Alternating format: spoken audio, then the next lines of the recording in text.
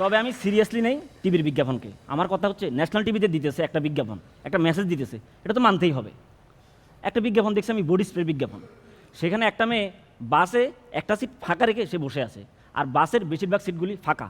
প্রথমে আমার কাছে মনে হয়েছে এই বিজ্ঞাপনটা সায়েন্স ফিকশন, কারণ বাস্তবে তো এটা সম্ভব না। তো মেয়েটা বসে আছে, একটা ছেলে এসে বসতে চাইলো, ও বললো অন্যদিকে খালি আছে, ওখানে গিয়ে বসেন। ঠিক আছে, আরেকটা ছেলে এ বডি স্প্রে মেরে আসছে, তো এসে মেয়ের কাছে বসতে চাইলো, এক্সকিউজ মি, আমি কি আমার ব্যাগটা রাখতে পারি? মেয়েটাকে বডি স্প্রে স্মেল নিল। শুধু ব্যাগ না, চাইলে আপনাকেও রাখতে পারেন। কত সুন্দর একটা মেসেজ, হ্যাঁ কত পজিটিভ একটা মেসেজ। হ্যাঁ।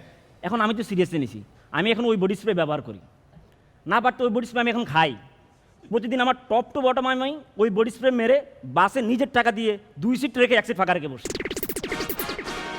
কোনো মেয়ে এসে আমার কাছে বসতে চাইবে। একদিন একটা মেয়ে আসছে, খুব সুন্দরী একটা মেয়ে আসছে, ওর সাথে 2টা বাচ্চা ছিল, আমার পাশে এসে বসছে। ঠিক আছে, একটু পরে বলে, ভাইয়া আমার একটা বাচ্চাকে কোলে নিতে পারবেন? আমি বললাম, শুধু বাচ্চা না, চাইলে আপনাকেও কোলে নিতে পারবো।